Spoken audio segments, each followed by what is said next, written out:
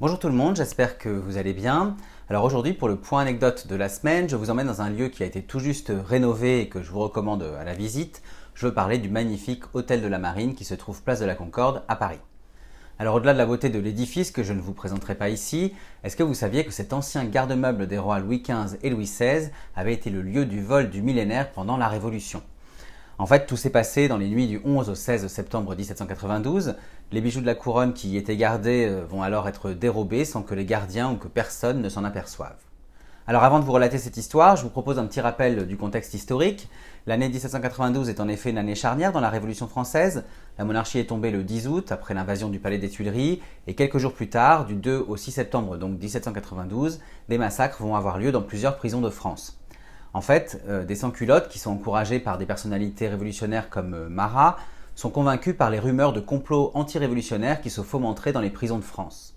Craignant aussi les invasions étrangères, ils vont finir par envahir les prisons de Paris, comme la prison de l'abbaye de Saint-Germain-des-Prés, la prison de la Force ou encore la prison de la Conciergerie, mais ils vont aussi investir les prisons en province, comme à Lyon.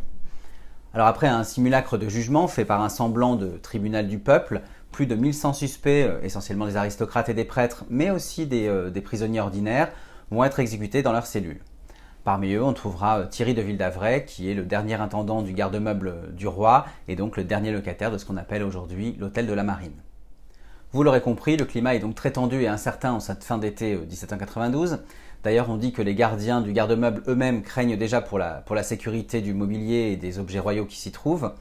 Et en fait, ils craignent aussi et surtout pour les bijoux de la couronne, puisque ces bijoux sont conservés donc dans les salons d'honneur du garde-meuble et ils recensent plus de 10 000 pierres précieuses, parmi lesquelles le grand saphir de Louis XIV, dit le bleu de France, le diamant dit le Sancy et un autre diamant célèbre dit le Régent.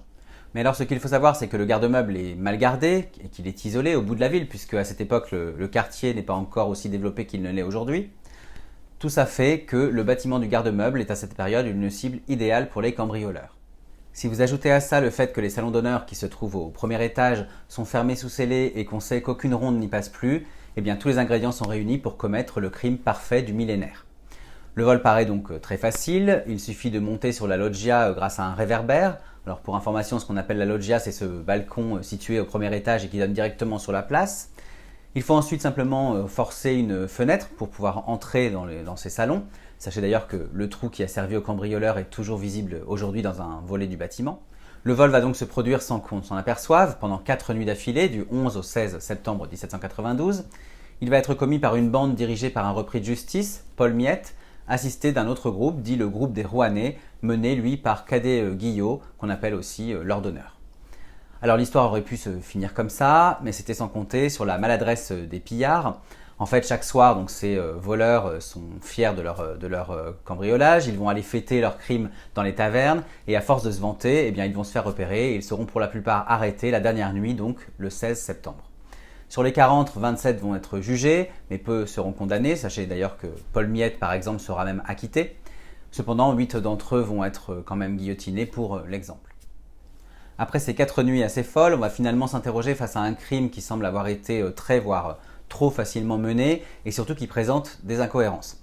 En effet, il y a des éléments assez suspects. Par exemple, les serrures des armoires n'ont pas été forcées.